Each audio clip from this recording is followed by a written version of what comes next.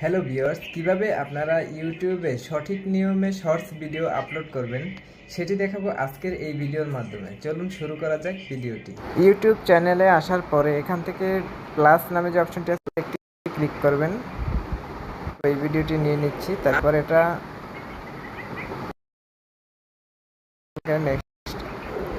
আমি ট্রেন্ডি। তারপরে এখান থেকে আপনি ভিডিওটার কিছু টাইটেল দিবেন। আমি আপনাদের দেখানোর জন্য শুধু সাবস্ক্রাইব লিখে দিলাম। তারপরে এখানে এটার সাথে কিছু হ্যাশট্যাগ ব্যবহার করবেন।